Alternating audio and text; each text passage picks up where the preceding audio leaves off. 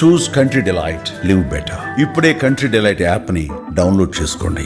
నుండి వచ్చే లోపల మరి ఏదో లేఖ లీక్ అయిందని చెప్పి గత 2-3 రోజులుగా చాలా హంగామా నడుస్తున్నట్టుగా తెలుస్తా ఉన్నది.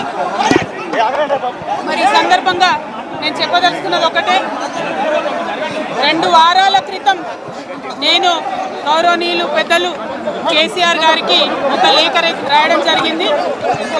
నేను ఈ విధంగా కేసీఆర్ గారికి ఇదివరకు కూడా నా ఒపీనియన్స్ ఎప్పుడున్నా కూడా లేఖ ద్వారా చెప్పడం జరిగింది.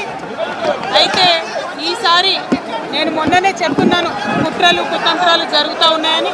నేను చెప్పిన కొద్ది రోజుల్లోనే మరి నేను అంతర్గతంగా కేసీఆర్ గారికి రాసినటువంటి ఉత్తరం బహిర్గతం కావడం అన్నది, ఇది మరి ఏం జరుగుతుందో అన్నది పార్టీలో ఉన్నటువంటి మనందరం, తెలంగాణ ప్రజలందరూ కూడా ఆలోచించాల్సినటువంటి విషయం. నేను వేరే ఏం విషయాలు చెప్పలేదు.